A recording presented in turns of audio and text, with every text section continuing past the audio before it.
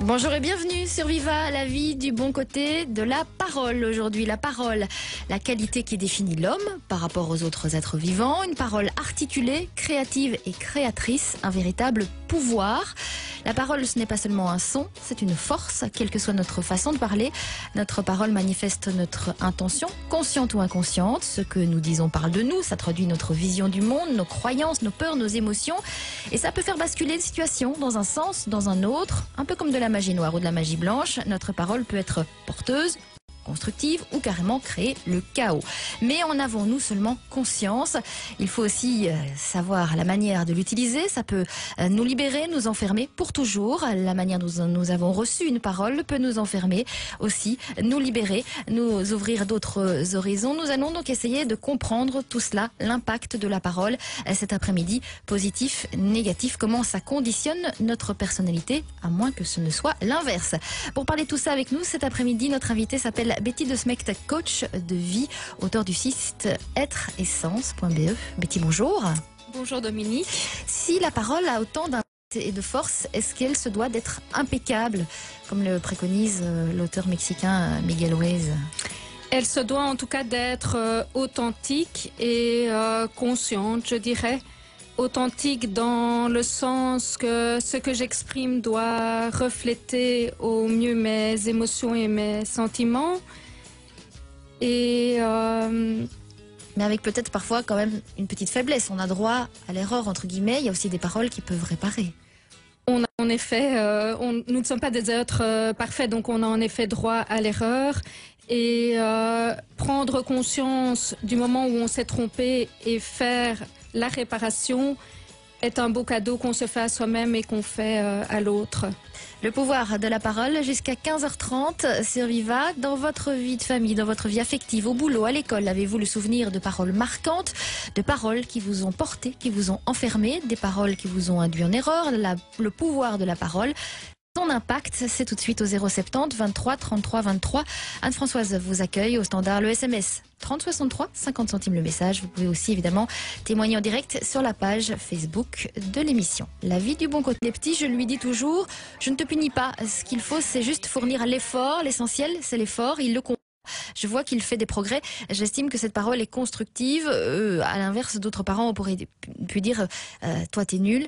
On va voir ensemble peut-être dans quelques instants en quoi, Betty, cette parole peut construire dès le plus jeune âge et façonner les enfants. D'accord. 070 23 33 23 pour nous contacter. SMS 3063, 50 centimes le message. Jusqu'à 15h30 sur Vivacité et la 2, la vie du bon côté avec Sylvie Honoré. Ah non, c'est pas Sylvie Honoré. C'est le pouvoir du changement, ça. C'est Dominique de Corouet avec vous jusqu'à 15h30 et Betty de Smecht, coach de vie, pour analyser le pouvoir de la parole et décortiquer, analyser l'impact qu'une parole peut avoir, notamment sur la construction d'un enfant. On avait le cas de Cathy qui parle à son enfant. Et là, elle est plutôt dans la créativité, la construction de son enfant, même s'il a quelques difficultés scolaires, pas dans le négatif, mais dans une parole constructive qui peut tirer vers le haut. Est-ce que cette construction positive peut avoir un petit effet magique sur un enfant? En tout cas, il faut savoir que le cerveau n'entend pas la négation. Donc, si je dis à un enfant, par exemple, ne traverse pas la rue, je vais l'inciter quand même à traverser la rue. Donc, il est mieux de dire à un enfant, par exemple, reste ici. Je lui donne une indication de ce qu'il doit faire, de rester ici, plutôt que de traverser la rue. Dans l'exemple de Cathy, elle nous explique qu'elle ne va pas punir son enfant parce qu'il a des mauvaises notes à l'école. Ce qui serait important, c'est plutôt de l'encourager. C'est pas de lui dire je ne vais pas te punir. Parce que quand je dis je ne vais pas te punir, il y a quand même ce mot punir qu'il entend. Donc ce serait peut-être plus intéressant de l'encourager, de dire je suis content de tes notes, continue à faire un effort, d'aller plutôt dans un sens où ça lui donne de la force. D'accord, donc la parole comme outil de force. Comme force et de construction de l'enfant. D'où vraiment l'intérêt de bien choisir les mots. Oui. Chacun fait du mieux qu'il peut, mais c'est important de prendre conscience des mots qu'on utilise quand on s'adresse à un enfant, quand on s'adresse à un adulte. La parole a en effet dans les systèmes familiaux, le système scolaire, énormément d'impact sur la construction de l'enfant et sur la construction de l'estime qu'il pourra avoir de lui plus tard. On a aussi les profs qui font très attention. On a aussi le témoignage de François qui, dans son enseignement, enseigne à ses élèves justement le positivisme parce qu'il estime que le contraire pourrait tirer l'ensemble de la classe vers le bas. C'est un SMS au 3063. Il estime que si je les entends toujours se plaindre, je me dois de les ramener à du positivisme parce que la manière de parler peut les conditionner. Oui, de remontrer le bon côté des choses, de regarder le verre à moitié plein plutôt qu'à moitié vide. C'est en tout cas une bonne intention de la part du professeur pour avoir un autre regard sur la vie. Au 3063, 50 centimes le message. Le SMS, pas mal de SMS qui nous arrivent sur l'impact même physique ou plus que physique d'une parole. C'est Martina qui dit que les paroles et les pensées font la qualité de notre vie. Quelqu'un qui dit que parfois les paroles font plus mal que les actes. C'est à ce point-là important, ça peut conditionner un individu. Si on prend le SMS de Martina, c'est les pensées qui font la qualité de la vie, les paroles en tout cas, chaque mot a ce qu'on appelle une vibration. Donc, si j'utilise un mot positif ou des mots comme amour, gratitude, bonheur, il a été démontré que ça avait un impact ne fût-ce que sur l'eau. On a le docteur Masaru Emoto qui a démontré qu'un mot peut avoir un impact sur l'eau. Donc, si ça a un impact sur l'eau, ça a forcément un impact sur l'humain, puisque nous sommes composés, je crois, à 90% d'eau. Et chaque mot peut être reçu dans le corps. On a des gens beaucoup plus sensibles que d'autres. Il y a des gens qui savent très bien se protéger et d'autres un peu moins. Donc, un mot peut en effet faire parfois mal jusque dans le corps. Une parole juste, c'est ce que préconise Christine qui est avec nous cet après-midi. Christine, bonjour. Oui, bonjour, tout à fait. Une parole juste, c'est toujours s'exprimer à partir du « je ». Ça veut dire quoi pour vous dans votre vie quotidienne ?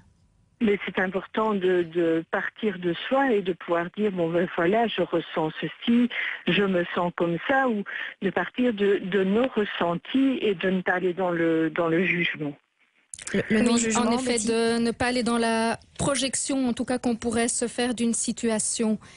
Quand on utilise le « je », là où il faut faire très attention, c'est que certains « je » sont quand même blessants. Si je dis à quelqu'un « je me sens abandonné », indirectement, je suis en train de lui dire qu'il m'a abandonné. Donc, quand j'utilise le « je », ce qui est important, c'est d'utiliser les mots justes pour exprimer le sentiment. Donc, je me sens triste parce que je suis restée seule ce soir à la maison et que toi, tu es sortie et j'aurais eu besoin de blablabla, quelque chose. Mais si je dis à l'autre, je me sens abandonnée, j'utilise le « je », mais je suis quand même dans le jugement et dans l'accusation. Alors, ça vous sert comment, vous, Christine? Est-ce que vous vous situez par rapport à ça? Le « je » est toujours la parole juste ou il vous arrive que ce ne soit pas juste? Ben, elle est juste. Maintenant, ça dépend comment l'autre le reçoit aussi. Justement, c'est ça aussi la force de la parole, c'est qu'on n'est pas tout seul dans cette parole. Tout à fait. Ça a forcément un impact sur soi et sur l'autre. Mais c'est important de conscientiser que le « je » n'est pas toujours aussi innocent qu'on ne le pense. Parce qu'en communication non violente, on préconise le « je », mais il faut utiliser en tout cas les bons mots pour décrire ses sentiments et ses besoins. Parce que par exemple, je l'ai dit, je me sens abandonnée, je me sens rejetée, je me sens trahie. J'exprime à partir du « je », mais je n'exprime pas une émotion, j'exprime un acte et donc je juge l'acte de l'autre. Est-ce que votre parole est toujours bien reçue, Christine? Je ne sais pas, quand vous dites que j'utilise le « je », est-ce que c'est avec un conjoint, avec des enfants, avec des collègues? Non, elle n'est pas toujours bien reçue. Maintenant, j'essaye de réouvrir le dialogue, de voir ce que l'autre a pu entendre dans ce que moi j'ai exprimé et d'ouvrir les portes et toujours de rester aussi bien dans la parole positive et constructive et de faire pour un mieux. En tout cas, ce qui est très chouette dans ce que vous dites aussi, c'est en effet reprendre le feedback de l'autre. Comment est-ce que l'autre a entendu ce que moi j'ai dit? Si on veut ouvrir un dialogue, c'est vrai, si on a cette capacité de dire, voilà, moi je l'exprime comme ça, et toi, qu'est-ce que tu entends de ce que je te dis? Ça permet en tout cas d'améliorer ces relations. La parole qui manifeste notre intention consciente ou inconsciente, on en parle au 070 23 33 23, comme Christine à l'instant à Ivoire, ou le SMS 3063 pour nous joindre. La vie du bon côté avec cette parole, son impact, ce son qui est une véritable force, comment ça peut faire basculer une situation dans un sens ou dans un autre. Vos témoignages au 3063, 50 centimes le message.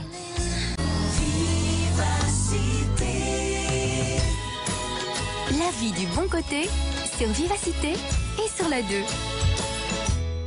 070 23 33 23 SMS 30 63 notre parole qui peut faire basculer une situation dans un sens ou dans un autre.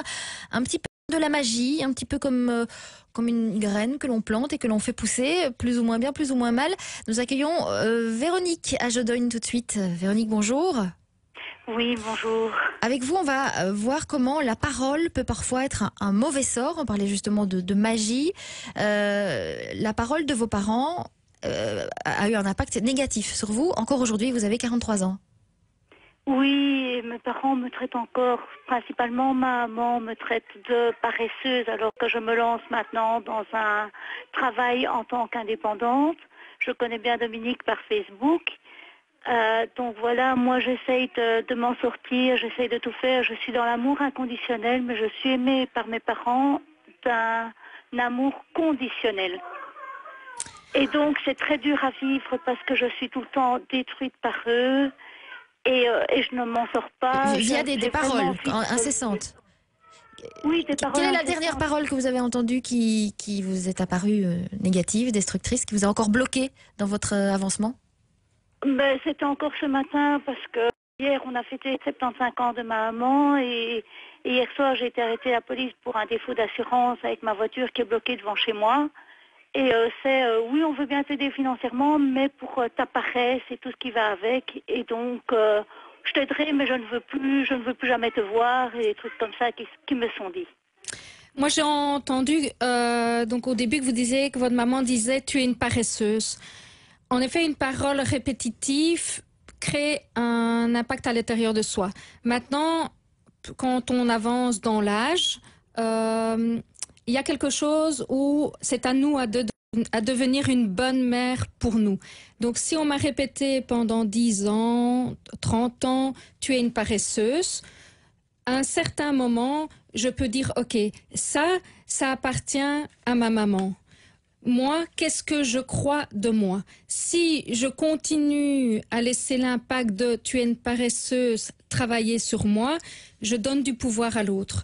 Mais je peux me dire, tiens, maman pense que je suis une paresseuse, mais moi, je sais que je suis courageuse et je peux réouvrir mon champ des possibles. Sinon, je reste enfermée dans ce que l'autre me dit et je donne plus de pouvoir à l'autre qu'à ma propre pensée. Est-ce qu'il y a moyen vraiment, Betty, d'en sortir de une sorte de spirale négative? On peut en sortir à partir du moment où on décide de reprendre la responsabilité de sa vie. Donc si j'ai 43 ans, normalement je suis assez grande pour me dire, ok, stop, j'arrête de donner du pouvoir à cette parole-là et je me réapproprie quelque chose. Je rends à l'autre sa part de responsabilité. Peut-être qu'elle ne sait pas faire autrement que de me parler en négatif. Sauf que je ne suis plus obligée de me laisser impacter. Et donc, quand j'entends « je suis paresseuse », je peux me dire en moi-même « je suis paresseuse et je ne suis pas que ça. Je suis aussi courageuse ». Parce qu'on a en tout cas chacun les deux faces de chaque chose. On peut être paresseux à certains moments et courageux à d'autres moments. Véronique, est-ce que ça vous arrive parfois justement de vous distancier un petit peu de ça, de se dire non, je ne suis pas paresseuse, c'est ce que ma maman pense, mais ce n'est pas vraiment ce que je suis? Ou vous n'avez pas encore pu mettre cette distance? Moi, je la mets tout le temps et je regarde le côté positif des choses. Moi, j'aimerais bien simplement que mes parents puissent entendre, que ma maman puisse entendre et qu'elle puisse m'accepter telle que je suis. Ici, c'est un problème surtout d'acceptation. Sauf qu'on ne sait pas changer les gens. Donc, je ne vais pas pouvoir changer ma maman. Donc, si je continue à attendre que ma maman change, je suis dans une illusion. Je ne peux pas attendre à 43 ans, donc ça veut dire que votre maman en a sûrement 60, 70. Si elle a toujours fonctionné comme ça, attendre qu'elle change, c'est rentrer dans une illusion. Donc, qu'est-ce qui fait, la bonne question serait, qu'est-ce qui fait que j'attends toujours alors que ma maman change ? Voilà, pour avancer peut-être soi-même. Au 30 63 50 centimes le message, 070 23 33 23. Encore des témoignages, et notamment quelqu'un, Betty, qui est très intéressé par l'impact avec l'eau. Je propose d'en reparler peut-être dans quelques instants. Oui. C'est André de Hanus. Ça consiste en quoi exactement, ce fameux impact avec l'eau? Vous avez intrigué pas mal de gens. On en reparle bien sûr.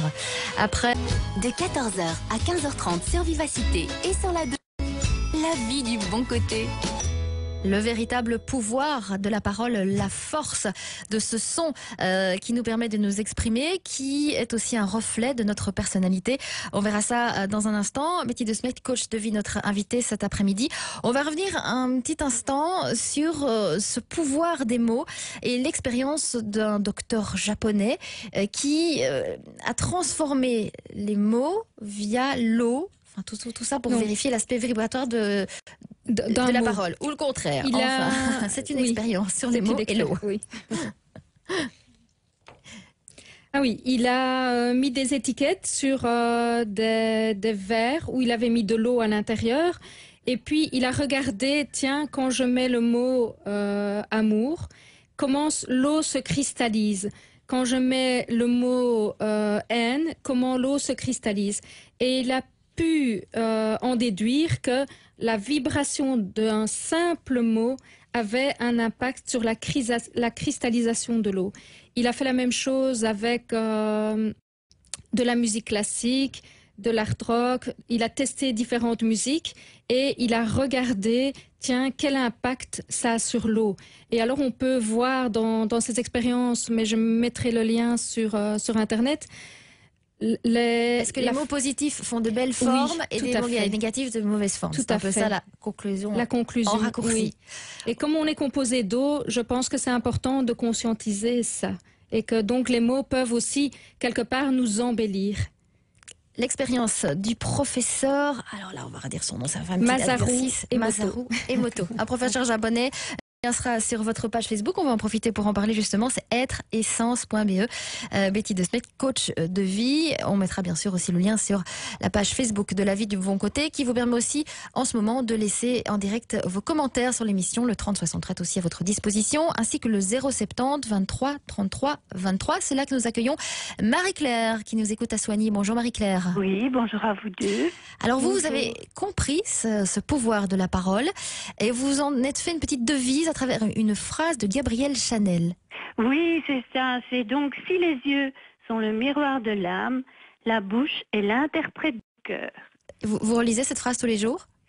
Oui, quasiment, parce qu'elle est près de ma toilette. Figurez-vous que je mets des petites phrases comme ça pour me motiver tout au long de ma vie. Et je colle ces petites phrases dans des petits endroits, notamment au WC, ou à la salle de bain, ou à la cuisine.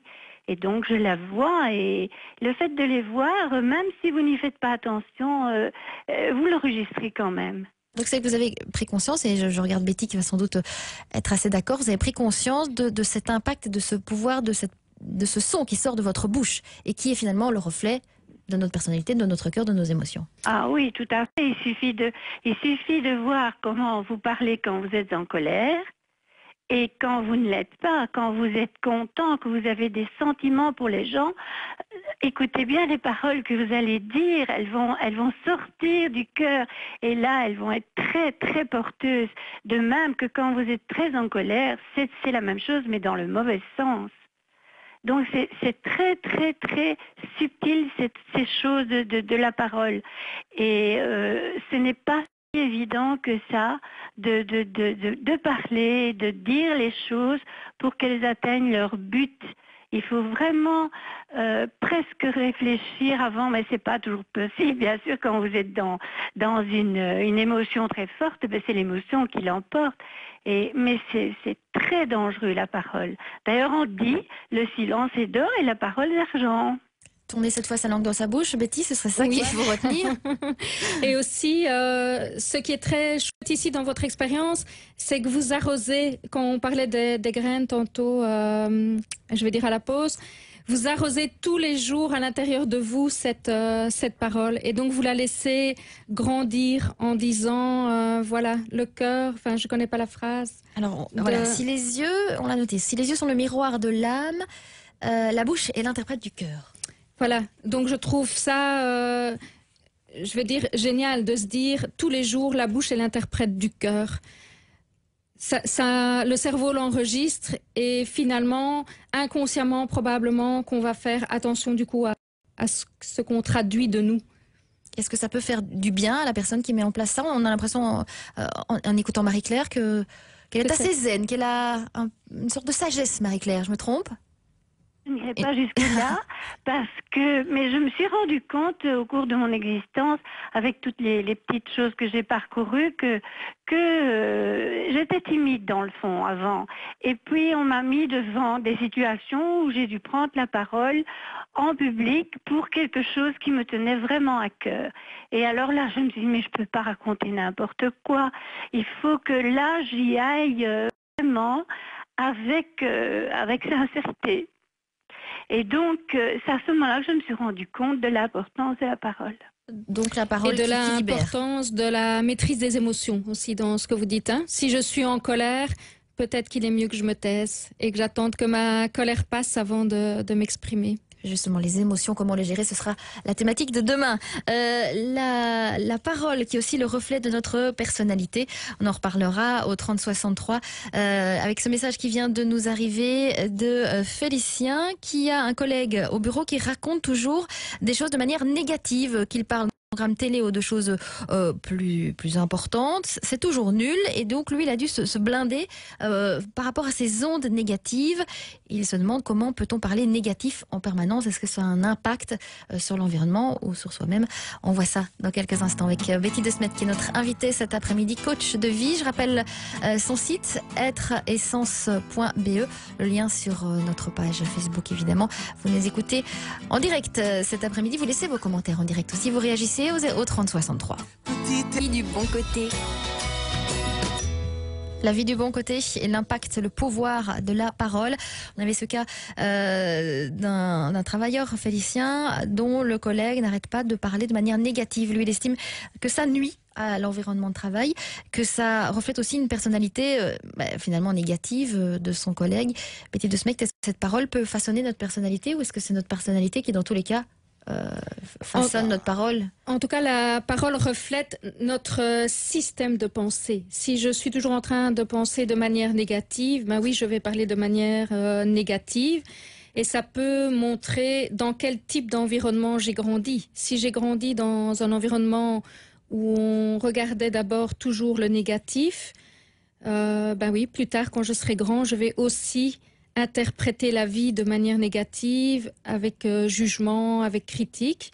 Et donc, quand j'ai quelqu'un comme ça en face de moi, ben, peut-être c'est bien de lui réouvrir les portes, de simplement dire, ben oui, ça c'est noir, mais regarde, à côté, c'est gris, c'est bleu, c'est rouge. Il vaut mieux faire ça que se blinder, parce qu'apparemment c'est le cas de Félicien qui nous précise dans son SMS. Ben, si moi, je me blinde, ça dépend de la manière dont il le fait, mais ça peut dire que je me mets contre ce que l'autre me dit. Si j'accueille ce que l'autre me dit, voilà, il me dit quelque chose de négatif, je ne le prends pas pour moi, mais je peux en même temps réouvrir quelque chose. Sinon, ça demande beaucoup d'énergie. Si je dois lutter toute la journée contre les paroles négatives de mon collègue ou de ma collègue, ça prend quand même beaucoup d'énergie. Parole porteuse, parole porteuse de construction, parole porteuse de chaos, tout est dans la manière parfois de dire. Et une même situation peut avoir deux possibilités. Au SMS 3063, nous avons le cas d'Isabelle qui est en pleine séparation. La manière d'expliquer cette situation à ses enfants de 8 et 6 ans va conditionner un petit peu aussi leur avenir, leur manière de vivre cette nouvelle vie. On pourrait peut-être imaginer deux cas de figure, le cas de figure négatif, le cas de figure positif. Dans un cas de séparation, ce qui est vraiment important par rapport aux enfants, si on dit ici 6 et 8 ans, c'est d'apprendre à leur décrire les faits et faire la différence entre la relation de couple. Par exemple, je vais prendre l'exemple d'un mari qui a trompé sa femme et qui part avec sa nouvelle compagne. La manière dont la maman va décrire les faits à ses enfants va avoir un impact de construction sur l'enfant on va dire ici de 6 à 8 ans jusqu'à la fin de sa vie. Si la maman dit ben voilà, votre père nous a abandonnés, elle implique chez ses enfants l'abandon. Or que dans les faits, c'est mon mari est parti avec une autre femme. Et sinon, il y a confusion entre le lien du mari et le lien du père. Si elle dit à l'enfant, ben voilà, la relation de couple est terminée, votre père a décidé de s'installer avec une autre personne, mais ça ne change rien à l'amour que les parents portent chacun aux enfants. L'enfant peut se construire avec, même si mon papa ou si ma maman est partie avec quelqu'un d'autre, je peux toujours prendre mon père, prendre ma mère et aimer les deux. Sinon, je suis influencée par la personne qui critique l'autre conjoint. Et alors, je vais avoir soit une mauvaise mère, soit un mauvais père. Mais après, je dois aller dans la vie avec ça. Au 3063, Sophie qui estime que les enfants entendent le sens profond des mots qui peuvent les rassurer, les consoler. Il faut considérer les enfants comme des êtres à part entière avec qui on peut échanger énormément et justement utiliser la parole pour construire. Sophie à Brève est avec nous justement en ligne. Sophie, bonjour. Bonjour. Dans quel cas de figure ça s'est posé justement le dialogue avec vos enfants et ces mots pour verbaliser des émotions? En fait, j'ai une grande fille qui va bientôt avoir 3 ans et un petit garçon qui a 4 mois. Et déjà, avec la grande, avec mon mari, on parlait beaucoup. Donc, dès qu'il y avait une situation, que ce soit difficile ou, par exemple, déjà une chose auquel je viens de penser, c'est-à-dire qu'il y a eu une situation dramatique pendant que j'étais enceinte. Et quand ma fille est née, on lui a expliqué que son grand-père paternel était décédé. Donc, elle a tout de suite su, parce que j'estime que les choses qui ne sont pas dites restent quand même, des zones d'ombre pour les enfants, même si ce n'est même pas, exprimé en mensonge. Ça reste quand même pour moi quelque chose d'important que les choses soient dites clairement. Tout cas, dans les non-dits, en effet, si l'enfant est face à un non-dit, il a tout le loisir d'interpréter ce non-dit en positif ou en négatif. Donc, une fois que les choses sont nommées, c'est beaucoup plus rassurant pour l'enfant. Voilà, et alors ici, par rapport justement à la naissance du deuxième, on m'avait dit, la jalousie est un sentiment tout à fait naturel. Maintenant, on lui a expliqué pendant ma grossesse et puis même à la naissance, que le deuxième était là, mais que ça ne changeait rien, que comme on le dit souvent, l'amour d'une maman grandit avec le nombre des enfants et ne se partage pas. Et on lui répète régulièrement quand on voit qu'il y a des petites situations de crise et on sent que rien que le fait d'avoir les mots, même s'il y a les câlins, etc., d'avoir les choses qui sont verbalisées, ça lui permet d'être rassuré. Enfin, c'est comme ça que moi je le sens. Et même par rapport aux petits aussi, dès que moi je suis un peu stressée, rien que le fait de dire écoute, aujourd'hui je suis stressée, je suis un peu plus fatiguée, ça désamorce des situations qui peuvent être conflictuelles aussi. Ça nous amène à la question, Betty de Smet, est-ce qu'il faut toujours dire la vérité? Est-ce qu'il faut toujours dire ce qu'on pense au moment où on le pense? En tout cas, il faut essayer d'être le plus authentique possible. D'accord, c'est ce que Sophie, a priori, est en train de faire. Maintenant, quand on dit ça ne change rien, parce qu'elle dit l'arrivée de deuxième, ça ne change rien, mais si, ça change. Juste que c'est l'amour que je te porte qui ne va pas changer, parce que ça change quand même quelque chose d'avoir un deuxième. Sophie, c'est comme ça que vous l'entendiez quand vous parlez? En fait, ça me changeait à l'amour que je te porte. Oui, voilà. Mais évidemment, la place de chacun, elle a la place de grande sœur, il y a le petit Samuel qui arrive, donc c'est sûr que ça change évidemment par rapport à la situation familiale, mais par rapport à l'amour que je lui porte, je veux dire, mes sentiments restent les mêmes et il n'y a pas de division de sentiments. Non, voilà. Mais je comprends tout à fait. C'est vrai que l'importance d'être clair dans ce qu'on dit aussi. Oui, de préciser qu'est-ce qui ne change pas. Oui, tout à fait. Ouais. Au 3063 par SMS 50 centimes le message 070 23 33 23. Le SMS à l'instant de Rudy de Soigny qui voudrait dire que si la parole est importante, l'intonation de la voix aussi très importante. J'ai des personnes avec qui j'ai craint de communiquer tellement leur voix me fait peur. Voilà, encore une petite idée de discussion. Bon côté, jusqu'à 15h30 sur Vivacité et sur la 2. Avec Betty de Smect, coach de vie, notre invitée cet après-midi pour décortiquer le véritable pouvoir de la parole. L'impact de la parole, on essaie de voir ça, puisque la parole, ce n'est pas juste un son, c'est une force, quelle que soit notre façon de parler, ça manifeste une intention consciente ou inconsciente, c'est notre vision du monde qui passe par là, nos peurs, nos émotions, ça peut faire basculer une situation dans un sens ou dans l'autre. On a déjà eu le cas de voir à travers quelques témoignages comment ça pouvait être porteur ou constructif ou tout le contraire. Est-ce qu'on en a conscience? En avoir conscience, justement, c'est ce que l'on va peut-être tenter d'analyser maintenant, Betty, avec vous. Prendre conscience de cette parole, c'est peut-être déjà un pas pour l'améliorer. On va lire le SMS au 3063 qui vient juste de nous arriver. J'essaie de voir le prénom. C'est quelqu'un qui parle de ses enfants, qui se rend compte qu'elle a des paroles ravageuses. Elle souffre, elle fait souffrir ses enfants, notamment un enfant de 9 ans et un autre enfant de 3 mois. Donc cette personne, le message n'est pas signé, mais se rend compte que ces paroles ne sont pas toujours justes et sont parfois même négatives et malheureuses. Est-ce que c'est déjà un point positif qu'elle nous envoie au 3063, ce message, pour faire un petit peu le mea culpa de ces mauvaises paroles? Mais prendre conscience de l'impact de la parole, c'est déjà le premier pas pour apprendre à changer. Si j'ai conscience que les mots vont blesser quelqu'un, je peux déjà me dire, ok, qu'est-ce que j'ai comme solution aujourd'hui pour apprendre à parler autrement? C'est déjà un premier pas. Est-ce qu'on peut y arriver seul ou est-ce qu'il y a des formations? Est-ce qu'il y a des outils on peut se former pour apprendre à en gérer communication ça? non violente, par exemple. Il y a des formations en PNL, il y a les méthodes SR. Il y a un tas de formations aujourd'hui en communication, quelle qu'elle soit, qui invitent à la bienveillance quand on parle. En attendant, on peut toujours aller faire un tour sur votre site êtreessence.be qui peut déjà donner quelques indications, quelques chemins que l'on peut suivre.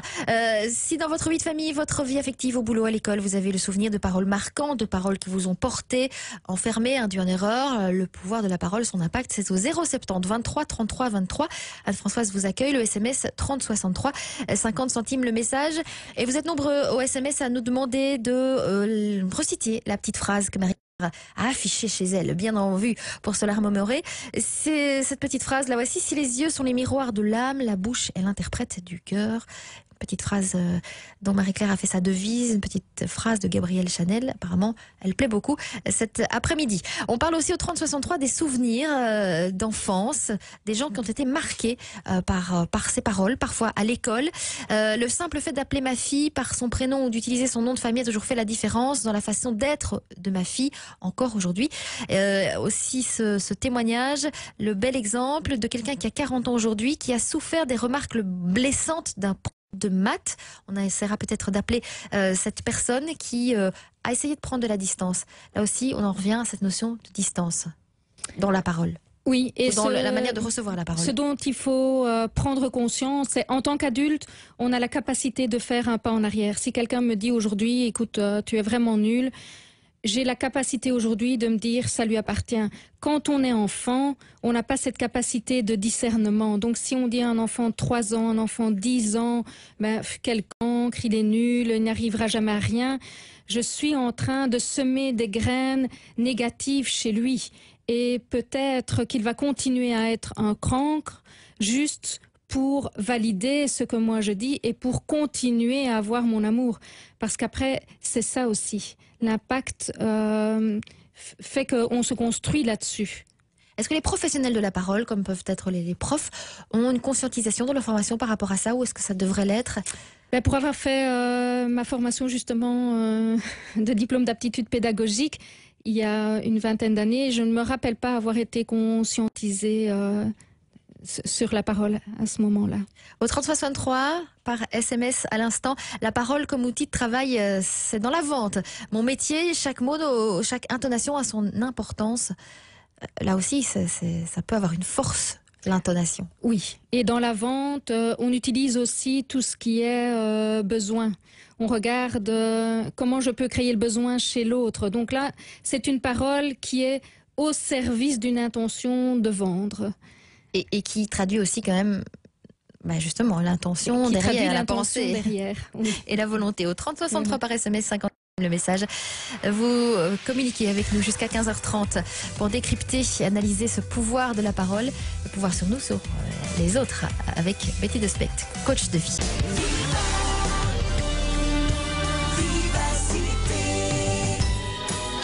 La vie du bon côté sur Vivacité et sur la 2.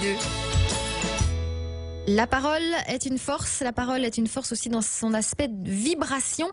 À l'instant, au 3063 par SMS, Véronique de Tintigny signale que la voix a une telle vibration que l'on peut connaître l'état d'esprit de la personne qui parle, presque lire en elle et savoir si elle est en adéquation avec ce qu'elle pense, ce qu'elle dit, ce qu'elle fait. Ça aide à faire le tri dans les gens qui nous entourent. Donc voilà pour l'aspect intonation et puis l'aspect adulte, enfant, des paroles qui peuvent parfois blesser un enfant, qui poursuivent à l'âge adulte. Ça c'est le cas notamment de Sophie. Bonjour Sophie. Oui, bonjour. 40 ans Sophie. Oui. Et vous vous souvenez encore aujourd'hui des paroles d'un prof de maths?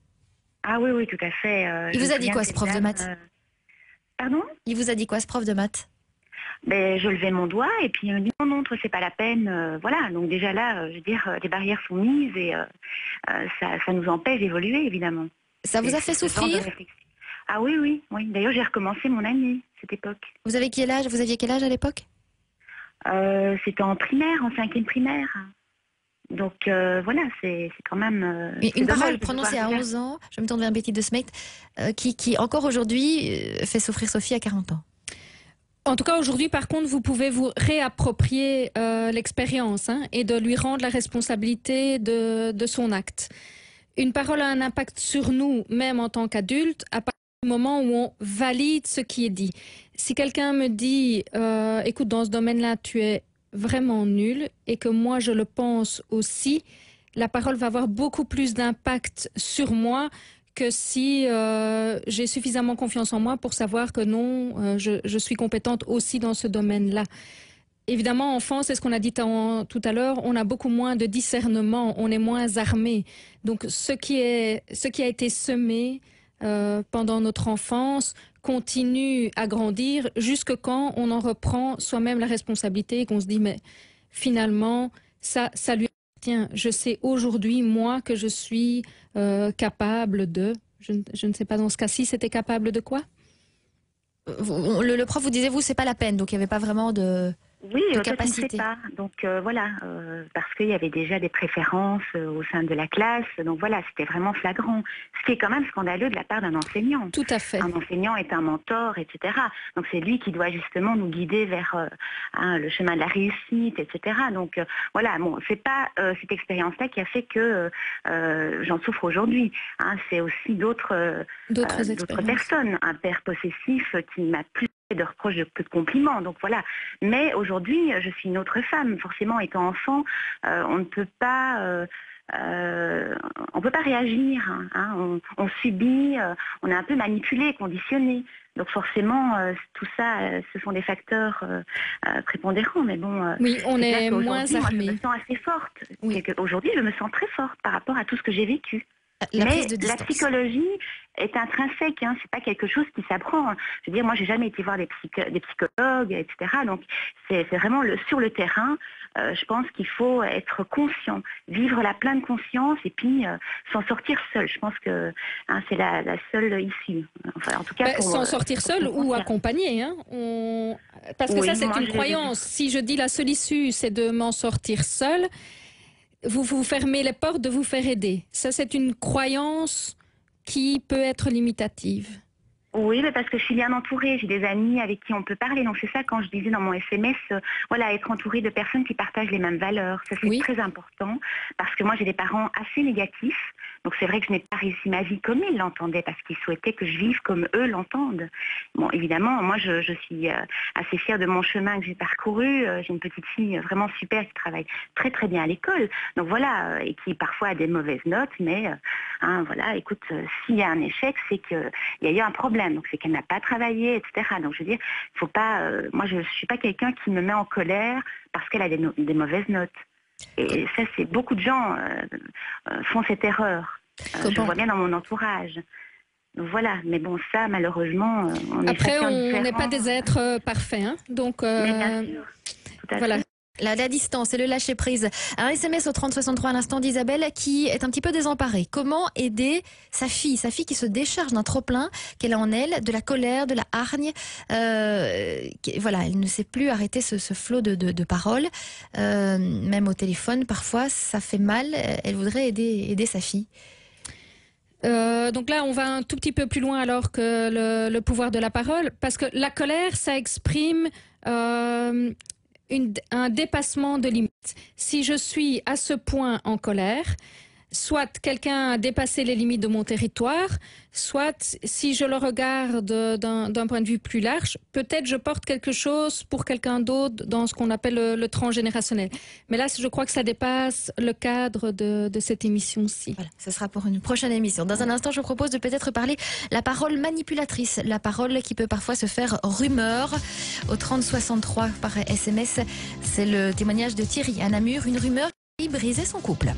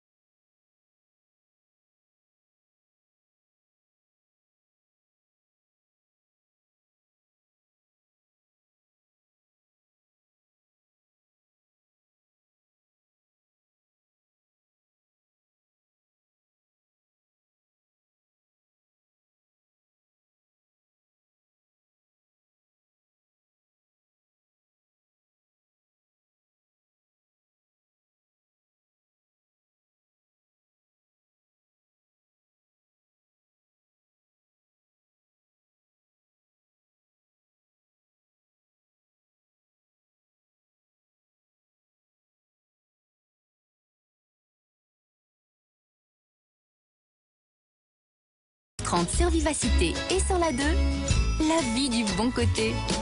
Allez, on vous demande un petit effort de mémoire. Quelles sont les paroles qui peut-être vous ont porté dans la vie, qui aujourd'hui vous aident encore à cheminer, celles que vous n'avez jamais oubliées, qu'on vous a dit à un moment donné ou un autre, enfant, ou plus tard, une parole d'un parent, d'un amoureux, peut-être de quelqu'un que vous avez rencontré. Ça façonne aussi parfois le chemin. La parole comme aide, comme petite lanterne dans la vie au 3063 par SMS ou au 070 23 33 23. Betty de Smecht, on va aborder maintenant la parole manipulation, la parole rumeur. C'est Thierry à Namur qui a un jour été victime de cette parole qui s'est amplifiée comme ça tout d'un coup. Il s'entendait bien avec une collègue, ça s'est transformé en il a une relation avec une collègue. Ça a failli mettre à mal son couple parce que c'est parti de rien, ça s'est gonflé et ça fait du mal dans ces cas-là. Oui, en effet, une parole peut aussi être source de chaos. Donc, de chaos à une échelle plus ou moins large. Là, c'était le cercle de la famille, oui. le cercle du travail, mais on pourrait imaginer que des rumeurs peuvent parfois véhiculer des messages et devenir des concepts. Et devenir des concepts, oui. Comme on l'a dit tout à l'heure, par exemple, il y a des idées préconçues, par exemple, sur les gens qui sont fonctionnaires. Des fois, on dit, ah bah oui, mais il est fonctionnaire, donc il est fainéant. Donc, c'est très important de voir, tiens, est-ce que c'est réellement vrai ? Est-ce que réellement, dans ce cas-ci, dans le cas de Thierry, est-ce que réellement il sort avec sa collègue? Ou dans le cas des fonctionnaires, est-ce que réellement tous les fonctionnaires sont fainéants? Est-ce que je ne connais pas des fonctionnaires qui sont des travailleurs, qui ont une conscience professionnelle?